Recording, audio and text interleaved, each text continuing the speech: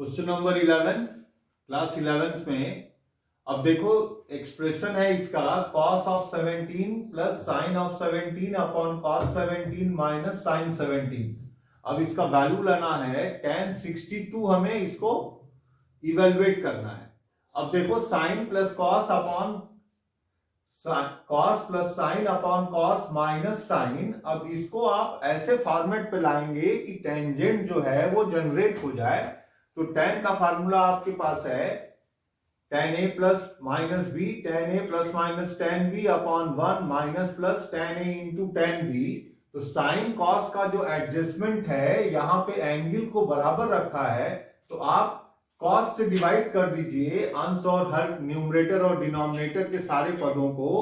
तो cos 17 से सबको डिवाइड करेंगे, cos 17 से डिवाइड करेंगे तो न्यूमरेटर का जो पहला पद है और डिनोमिनेटर का जो पहला पद है ये हो जाएगा 1, और साइन अपॉन कॉस और डिनोमिनेटर में भी sign upon cos, angle same है तो tan 17 और नीचे भी tan 17।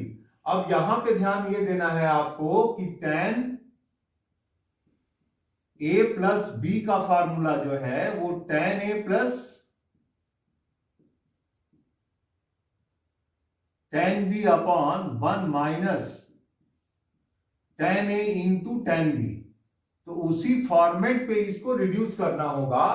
1 को आप क्या लिख सकते हैं, आप 1 को लिख सकते हैं 45 प्लस tan 17, और 1 को किसी भी एक्सप्रेशन के साथ मल्टीप्लाई या डिवाइड करने पे वैल्यू में कोई कन्वर्जन नहीं होगा। तो यहां पे फॉर्मेट के हिसाब से या फार्मूले के हिसाब से tan 45 लिखेंगे तो इसकी वैल्यू में कोई परिवर्तन नहीं होगा। तो यह आ गया tan 45 प्लस 17, और tan 45 प्लस 17 जो होगा वो tan 62। अब इसमें आप ये जैसे आपने ये ध्यान दिया उसी तरह से आपको ये ध्यान रखना है कि अगर यहां पे रिवर्स कर दिया जाए cos 17 minus sine 17 upon cos 17 plus sine 17, तो ये आ जाएगा tan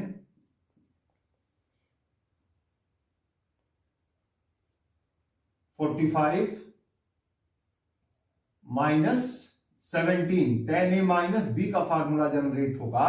अब यहां पे इसमें यह भी आपको ध्यान रखना है कि कोण आप अपने हिसाब से बदल सकते हैं।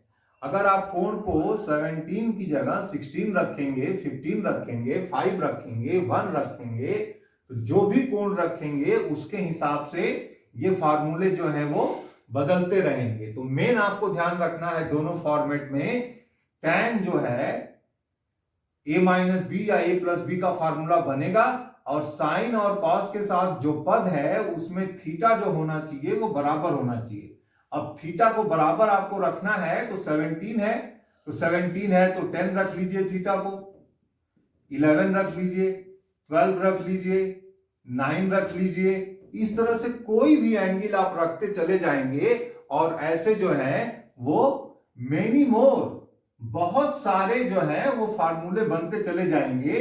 बस आपको फॉर्मेट के हिसाब से केवल जजमेंट करना है कि ये इस जजमेंट में आएगा कि नहीं आएगा। अगर आप निर्देशित कर लिए कि इसमें आएगा तो अब कोण को आप बदलते जाओ, लिख दिया गया यहाँ पे, अब जो मन में आए वो बदलिए और उसी के हिसाब से यहाँ पे जो रिजल्ट आएगा वो चेंज होता रहेगा 62, क्योंकि ये इसमें 45 जो है वो फिक्स रहेगा। इसके बाद ये 17 पे निर्धारित होगा।